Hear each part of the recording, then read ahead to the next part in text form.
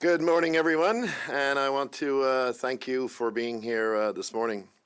My name is Chris Aylward. I'm the National President for the Public Service Alliance of Canada, and here with me today is Jennifer Carr, the President of the Professional Institute of the Public Service of Canada, Nathan Prier, the President of the Canadian Association of Professional Employees, as well as Yvon Barrière, the Regional Executive Vice President for PSAC for Quebec. Together, we are the three largest federal unions representing more than 260,000 federal public sector workers delivering critical programs to Canadians all across the country. This week marks the 8th anniversary of Phoenix. Unfortunately, 8 years into the pay fiasco, there is nothing to celebrate. No light at the end of the tunnel. Since the launch of Phoenix in 2016, there hasn't been a single pay period without issues. Paycheck after paycheck, workers are still facing constant stress and anxiety, wondering if they'll be paid. And that's why we're here today. As many of you know, in 2019 and 2020, other federal unions and PSAC negotiated Phoenix general damages for our members to compensate them for the pain and suffering they had experienced for 4 years under a broken pay system. As part of that agreement, a new claims process was created for workers to be reimbursed for out-of-pocket expenses and severe Phoenix damages, as many workers were forced to sell their homes, their cars, or pulled from their retirement savings just to get by. These agreements covered the stress, aggravation, and hardship members endured from 2016 to 2020. But since then, the pay problems have never stopped. For the past 4 years, workers have continued to suffer because of a broken pay system, with no compensation from their employer for the harm caused, and there's still no end in sight. That's why today, the PSAC, PIPS, and CAPE are coming together to formally demand this government begin negotiating additional damages for workers who continue to be impacted by the Phoenix pay disaster 8 years and counting. Until federal public sector workers are paid properly and on time every single time, workers deserve additional Phoenix damages and an extension to the severe damages claims process until workers are made whole. I'll now turn it over to Yvon Barrière, PSAC's Regional Executive Vice President for Quebec.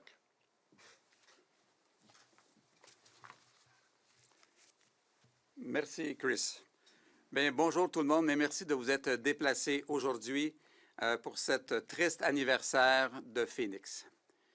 Vous savez, avec l'ACEP, l'Institut professionnel et l'Alliance de la fonction publique, nous représentons plus de 80% des fonctionnaires fédéraux atteints par le fiasco du système de paye Phoenix.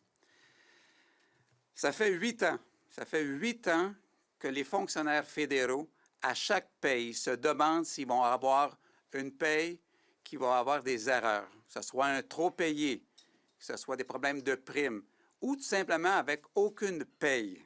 Ça fait déjà 8 ans. On se rappellera qu'en 2011, le gouvernement conservateur avait acheté un système de paye qui devait initialement faire économiser 71 millions par année. Mais, suite à l'application, malgré les drapeaux rouges des 3 syndicats, le gouvernement fédéral libéral a décidé de l'appliquer en 2016. Et depuis, les fonctionnaires fédéraux vivent l'enfer et ce système a coûté plusieurs milliards. Le fait que les problèmes continuent, 444 000 problèmes à l'heure actuelle, 280 000 de problèmes non réglés, 164 retards de paiement actuellement. C'est pour ça qu'avec l'Institut professionnel, l'ACEP, on a déposé une requête pour prolonger l'entente de dédommagement Phoenix et on va vouloir négocier avec le Conseil du Trésor des dédommagements justes pour nos membres. On veut aussi signaler qu'on veut une augmentation de l'embauche des conseillers et conseillères en rémunération.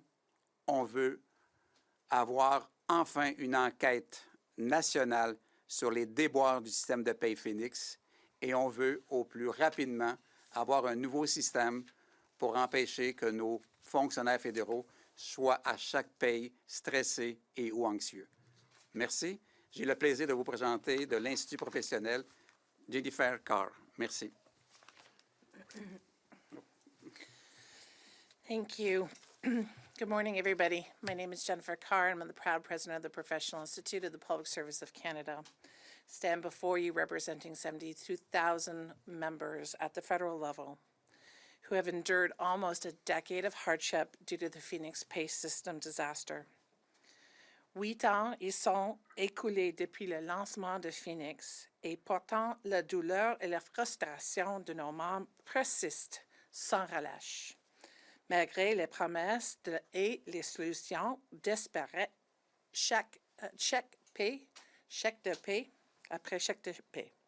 Des dizaines de milliards de nos travailleurs et nos travailleuses fédéraux sont toujours confrontés au cauchemar d'une rémunération incorrecte et incertaine.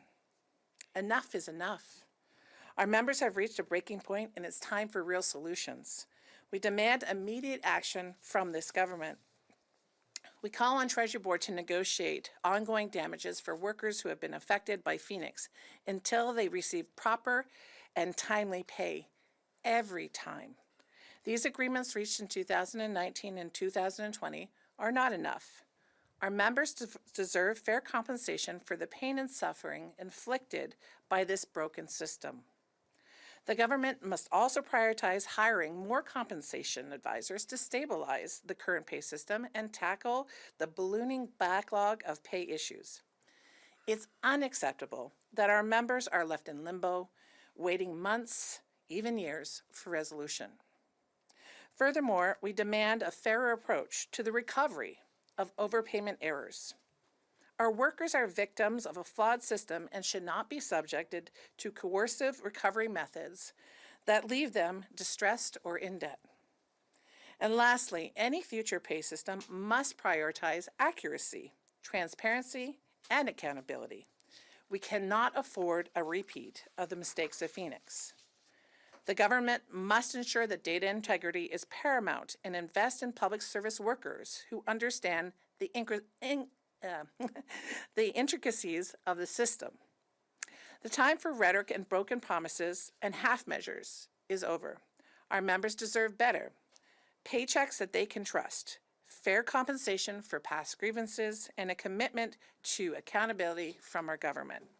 Thank you. I will leave it to Nathan Prier, the president of CAPE. Thank you, Jennifer. I'm Nathan Prier. I'm the president of the Canadian Association of Professional Employees. And CAPE's here today, alongside PIPS and PSAC, to hold the government accountable for the ongoing Phoenix disaster. This fiasco has been the most expensive administrative blunder in the history of the federal government. It cost Canadians nearly $3 billion. And 8 years later, there's no end in sight. We're demanding that the federal government do the right thing and compensate the thousands of public sector employees who continue to be underpaid, overpaid, or not paid at all.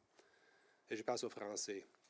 8 années se sont écoulées depuis le désastre de Phoenix et près d'un demi-million de problèmes de paie attendent d'être traités. La période d'attente standard pour qu'un problème soit traité est passée à 2 ans. Imaginez ça un peu. 2 ans pour être payé correctement. C'est la promesse la plus élémentaire qu'un employeur puisse faire à ses employés, les payer correctement et à temps. Et chaque jour, le gouvernement fédéral viole la convention collective à une échelle inimaginable. So our members are suffering from this failure, and the consequences are all-consuming. One of our members had more than $100,000 clawed back, as the government claimed back their gross pay, not their net pay. They were granted no financial relief. Another member had to remortgage their house to repay their overpayment, while at the same time being underpaid and on disability. These are just a couple of the egregious examples of what our members have gone through. Je passe encore au français. Phoenix et l'incapacité du gouvernement à résoudre le problème a conduit nombre de nos employés, de nos membres au bord de la ruine financière. Certains n'ont pas remboursé leurs prêts hypothécaires. D'autres sont confrontés à de lourdes pénalités et des amendes pour les impôts sur des mauvais paiements. Les exemples sont nombreux. So the reality of what this means can't be forgotten and can't be understated. Marriages have broken down because of the immense financial burdens. Every Phoenix case might represent someone who now has to struggle to buy groceries, to pay rent, or just to live. One case is too many, but the ongoing scale of the Phoenix disaster is horrific. In 2019, the government did the right thing after a long time and agreed to compensate employees who had been impacted by their own debacle, up until 2020. At the time, we were told that a solution was imminent, and here we are 4 years later. Today, we're no further ahead, and thousands of employees continue to face financial stress and mental hardships as a direct result of Phoenix. And the problems have never stopped. What has stopped is the government's willingness to do right by their employees who are suffering. If the government was able to compensate those who experienced issues before 2020, there should be no reason not to compensate employees experiencing the exact same problems today. So until workers are being paid properly and on time, the government has to commit to a fair deal that compensates its employees for any and all undue financial strain and mental hardship experienced as the result of this government's failure. We're demanding that this government commit to providing damages and an expanded claims process for its employees for the Phoenix fiasco until an effective and a permanent solution is in place. The government sets the standard for what's acceptable for employers across this country. They should be held and they should hold themselves to a higher standard. So while the government currently seems unwilling to hold themselves to that standard, CAPE, alongside our fellow unions here, will ensure that the rest of Canada does. Thank you. Questions? Stella? Bonjour, en français, une question pour M. Barrière. J'aimerais savoir, pouvez-vous nous chiffrer ce que vous aimeriez avoir pour les compensations pour les fonctionnaires lésés par le système de paie Phoenix? Bien, écoutez, je ne peux pas parler pour les 3 syndicats. Ça va être sur la table de négociation et ça, idéalement, le plus tôt possible. On se souviendra qu'en 2020, nous avions négocié des dédommagements un peu différents entre les 3 syndicats, mais cette fois-ci, on va faire un front commun pour avoir un dédommagement là, à la hauteur là, du stress et de l'anxiété de nos membres. Donc, on ne peut pas déjà commencer là, à mettre des chiffres sur la table. On va attendre quelque peu. Comprendre, c'est un montant forfaitaire que vous voulez ou c'est des montants qui seraient récurrents? Quel genre de compensation vous voudriez avoir? En ce qui me concerne, ce serait des montants importants pour aller avec tout ce que nos fonctionnaires ont pu avoir. Mais pour l'instant, donc, je ne peux pas étaler quoi que ce soit pour la négociation. J'aimerais poser ma question de relance. Donc, pouvez-vous nous dire, considérant le coût de la vie qui augmente, est-ce que ça va faire partie des éléments qui vont influencer vos demandes à la table de négociation, le coût de la vie, l'augmentation de tout ce qu'on voit dans la vie? Est-ce que ça va faire... Excusez-moi. Est-ce que ça va déterminer un montant que vous estimez juste? Parce que vous parlez d'une entente juste dans ce que vous réclamez. Est-ce que ça va faire partie des éléments que vous allez considérer? Il faut se rappeler que la négociation maintenant est terminée. On va reprendre une nouvelle négociation. Mais en ce qui concerne la négociation pour les dédommagements de Phoenix, on va prendre tout en considération. Hein? On va prendre en considération aussi tous les dommages que nos fonctionnaires ont pu recevoir. Écoutez... il y a des choses épouvantables et puis des choses que vous savez déjà. En l'occurrence, exemple, il y a un employé que pendant 7 mois, il y a eu sans paye, sans aucune paye. Il s'est fait saisir sa maison. Son dossier de crédit a été atteint. Compte tenu que son dossier de crédit a été atteint, il a manqué de perdre sa job à cause que le dossier devait être un dossier clean. Il y a des gens qui attendent des montants de plus de 45 000 depuis 2017, depuis 2018. Des primes qui n'ont pas été ajustées, et sans compter aussi qu'actuellement, ceux qui ont des problèmes de Phoenix, souvent, ça additionne des problèmes aussi avec Canada Vie actuellement, autant là, pour tout ce monde-là. Il y a des gens, une personne qui travaille à la Défense nationale actuellement, qui a un enfant avec un problème de fibrose, et c'est des coûts de 2 000 par mois. Et à chaque fois qu'il se présente à la pharmacie, il ne peut savoir s'il va être admissible ou pas, soit à cause du système de paie Phoenix ou du système Canada Vie. Donc, vous voyez là, que présentement, que le gouvernement a un problème systématique avec tous tous les systèmes qui peuvent employer de gestion informatique. Recommandez l'embauche de nouveaux conseillers en rémunération. Est-ce que vous savez pour l'instant il y en a combien et vous suggérez qu'on en embauche combien juste pour avoir une échelle comparative? Quelques centaines serait l'idéal pour pouvoir activer. Comme mon collègue a mentionné tantôt, on parle de problèmes là, récurrents et des problèmes qui peuvent durer jusqu'à 2 ans actuellement. Donc, une centaine de conseillères et de les former et en attente d'avoir un nouveau système parce qu'on aimerait avoir un nouveau système le plus rapidement possible. Par rapport à ce système-là, est-ce que le gouvernement vous dit encore qu'on peut le réparer, qu'il y a quelque chose à faire avec ça? Est-ce que vous le croyez? Le gouvernement a finalement décidé de laisser la serviette tomber. Donc, il va bel et bien avoir un nouveau système. Ils font présentement des tests avec certains départements. Est-ce qu'on est consulté à la hauteur qu'on aimerait? Non, mais on aimerait bel et bien être consulté et pouvoir, là, cette fois-ci, participer à l'élaboration d'un nouveau système qui fonctionne bien. À la hauteur là, de 2024, 2023, 2024.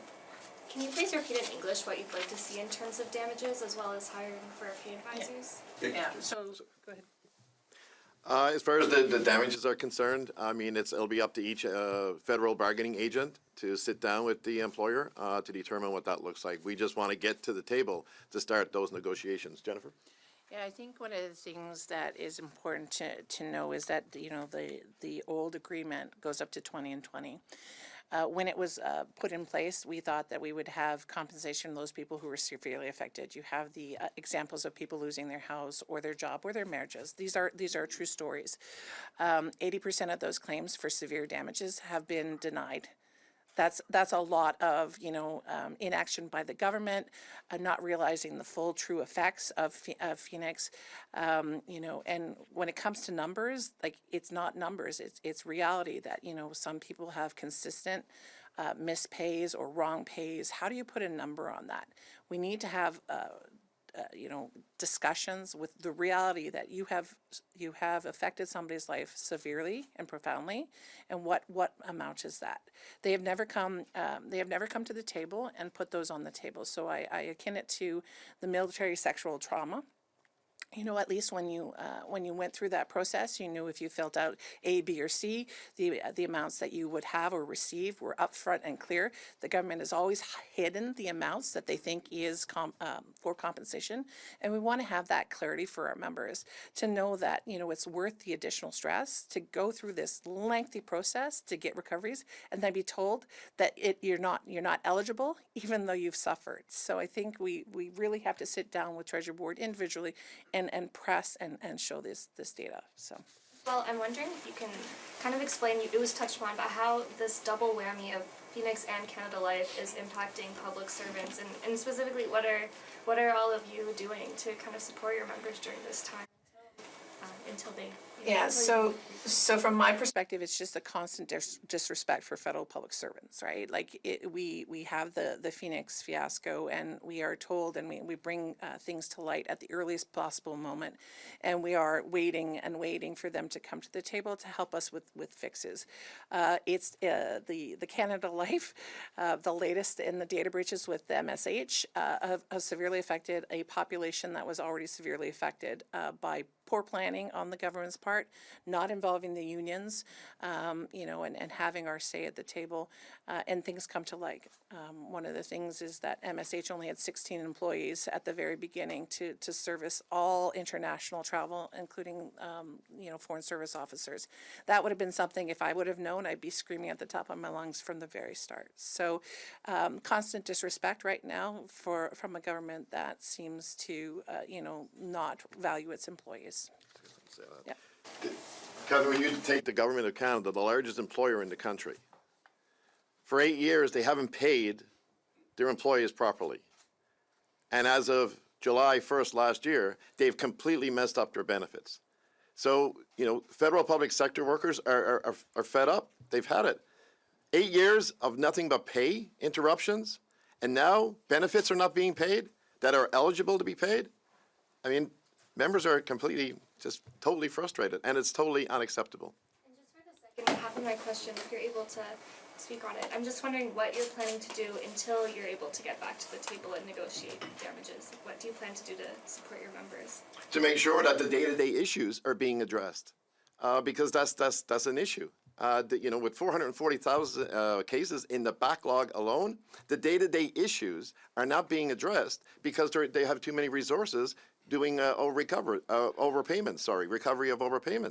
So they're spending $1,000 to collect 100, and yet payday after payday after payday, employees are suffering pay problems while they're chasing after recoveries from 6 years ago. I mean, it's just totally bonkers, to be honest with you. When they can't pay properly. If I can just jump in on that too. Like what we're talking about here is like for our members, hundreds upon hundreds upon hundreds of members since 2016 having their contracts violated every 2 weeks, basically. This is a crisis. This is still a crisis. This is just a lingering effect of an old system. This is an active, ongoing crisis. In terms of answering your question about what we're currently doing in the interim, before we get to the table again for a sincere negotiation on a comprehensive damages agreement, we're developing escalation plans with our members. We're currently working very closely with our membership so that their cases are taken individually very seriously by their fellow co-workers to make sure that they're escalating to the members of parliament, to make sure that, and we've noticed too that, for example, when members of parliament get involved, Phoenix cases get resolved much faster than the 2-year window that we're used to with this 500,000 person backlog. So in the interim, expect people not to be particularly compliant with them being underpaid, overpaid, or not paid at all. But we're working very closely with our members to develop an escalation stream. Estelle? Estelle? And then we'll... Yeah, I just want to add one thing. It's very frustrating. The employer makes the rules, right? And so there is no other body. If this had happened in a province or with any other, private sector company, the government would be stepping in. They have said it's unacceptable, but their words are not matching their actions. So that is the frustration as well. So we work within the system that we have, and we're continuing to push. Estelle?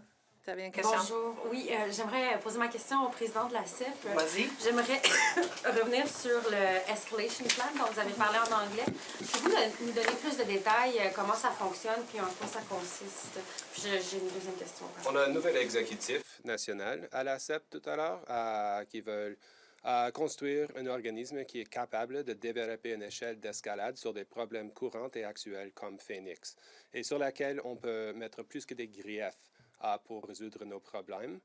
Mais on n'a pas développé ça tout à l'heure. On est en train de développer ça avec nos membres et on veut que nos membres de la base sachent que ça ne va pas rester calme pendant le temps que le système actuel est en place et avant le temps que nous avons l'opportunité de négocier en bonne foi avec notre employeur pour ne pas payer à date.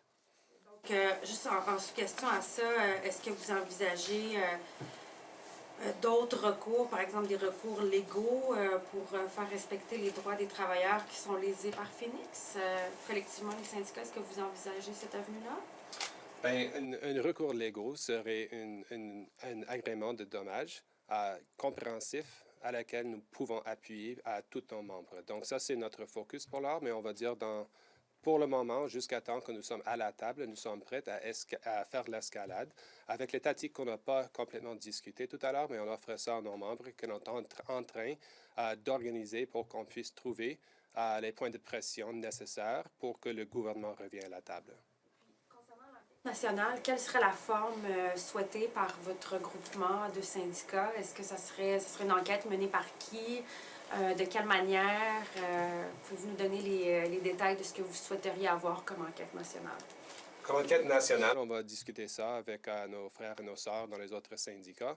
On n'a pas complètement développé le plan exact pour une enquête nationale, mais ça, c'est une demande qui recourt jusqu'à 2016. Donc, pour avoir une enquête nationale avec tous les pouvoirs du gouvernement pour s'investiguer comment nous sommes arrivés ici et comment on va récompenser nos membres justement.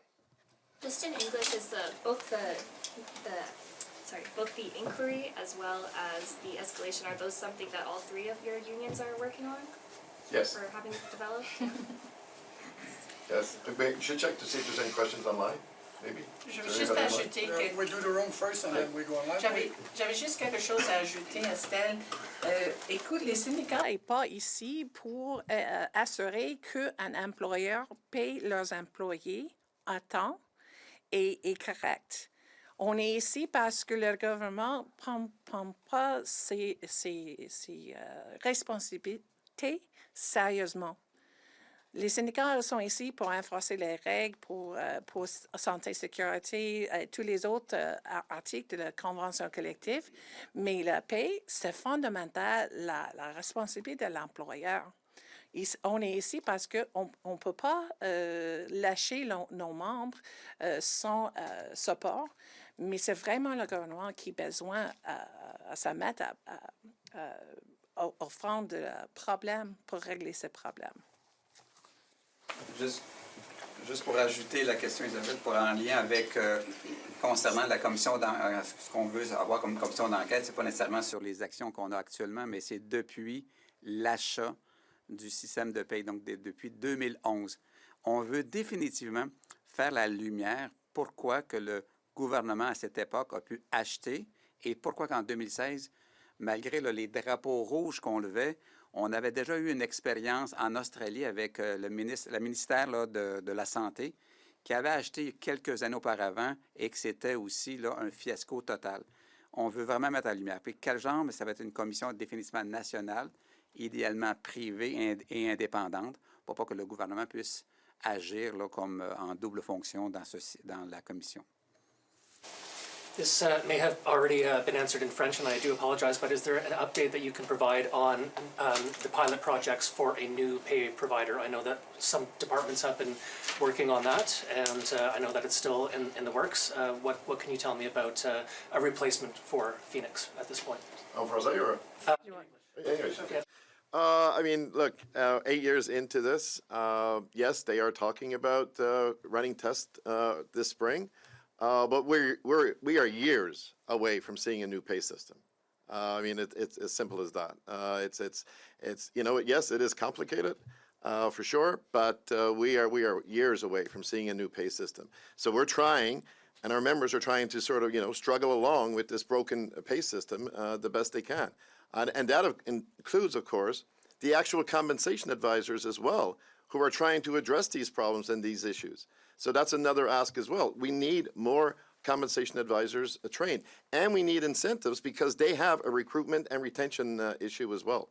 So they have to do better in that respect. Why does it take years?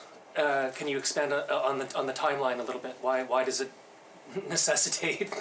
It's a complex system. There's no doubt. I mean, when you go back to previously to the Phoenix pay system that we currently have, and go back to the old legacy regional pay system, I mean, that wasn't perfect for sure. But we never experienced issues in the old regional pay system as we've seen during Phoenix at all. And what they did, of course, when they started Phoenix in 2016, they decommissioned the old regional pay system. So again, that can't happen. I mean, if they are going to move to a new pay system, they've got to make sure that they've got, a 2 or maybe 3 or 4 pay systems running at the same time. Because to say this is a new pay system, we don't know if it even works, and we're going to just scrap the old pay system, that's not good. Yeah, so I'm going to step in there because there is a piece from my perspective, which is the fact that you bring up the old regional pay system that was done by public servants. It was maintained, and it was changes were done by public servants. So IBM, as you know, had the contract. It was contracted out. It was another one of these disasters where if things go wrong, you can't rely on internal people to help you fix and solve them. You have to write another contract. So this over-reliance on contracting out. So we have raised those concerns with the new pay system as well. It needs to be maintained by public servants. It needs to be done by people who understand the complexity of the federal government, and not this telephone tag where things get lost and costs balloon. D'autres questions? Allez. Oui, j'ai toujours des questions. Mais je vais peut-être me contenir à deux. Tout à l'heure, je pense que M. Barrière avait mentionné Front commun pour cette ronde de négociations-ci, alors que par le passé, vous avez négocié de manière individuelle chaque syndicat. Est-ce que vous pouvez me préciser de quelle manière, donc, si je comprends bien, vous voulez demander le même type de compensation, peu importe l'affiliation syndicale des fonctionnaires lésés par Phoenix, c'est bien ça? Oui, selon moi, on est ensemble comme on va collaborer, mais on va aller individuellement avec le conseil trésor. Le problème qu'on est, il veut avoir une blanket et une négociation qui est pour tout le monde. Et le problème mes membres peut être un peu différent que les membres de l'Alliance ou je ne sais pas qui est en anglais, mais la CEP. Et c'est très important qu'on est là pour nos membres pour régler le problème avec l'employeur. Vous pouvez répondre en anglais à la prochaine question si c'est mieux pour vous. Est-ce qu'on a une idée de, pour les premières années, là, combien vous aviez obtenu pour vos membres? How much money did you get? Like, in the past? Oui, moi, je peux avoir les... Oui, excuse. Moi, on n'est pas calculé parce que c'est le gouvernement qui fait l'addition et tout ça. Donc, on n'est pas au courant que le montant complet pour nos membres. On sait que le gouvernement est un nombre pour tous les dommages. Donc, au sujet de l'Alliance de la fonction publique, nous avions négocié un montant forfaitaire de dédommagement de 2 500 $ pour les 4 premières années, c'est-à-dire de 2016 à 2020. Both of those questions about if you're working together for the same types of damages as well as how much was previously given. Yeah, so what I had said is that, you know, we're going to be coordinating. We're going to be talking to each other and making sure that we are knowing which each of the unions are doing. But it's important that we individually go to the table and negotiate with Treasury Board to make sure that we address the things that are affecting our own members. And the second question was about, you know, how much damages have already been received. And it's hard for me to say that on behalf of my members because we don't have, you know, a full total of what we have. So. What's the amount for kids? Sorry. I don't know. Do you have them up? Can I jump in? Yeah, yes. Yeah, so just to answer the first question, when we're saying we're a common front here, we're here as a common front saying we all need to return to the negotiating table, and now. Of course, our members do different things. We have different classifications. There's going to be different types of damages agreement that are negotiated eventually, and so that's why. Like, for example, during the 2019 damages agreement, ours included damages for 5 paid days of leave. That translated to approximately 179,000 leave days allocated to CAPE members. And to members of other unions, I can let PSAC speak to their own agreements, so. Thank you. For PSEC, we didn't go with the leave. Our damages in 2020 that we negotiated was a lump sum dollar amount of $2,500 that we said should not have been taxable at that time. And the Treasury Board said it was taxable, so we got taxed on it. But just in the last 2 weeks, CRA has agreed with us that $1,500 of that $2,500 is not taxable and should not have been taxable. So we'll probably be looking for something along the same lines.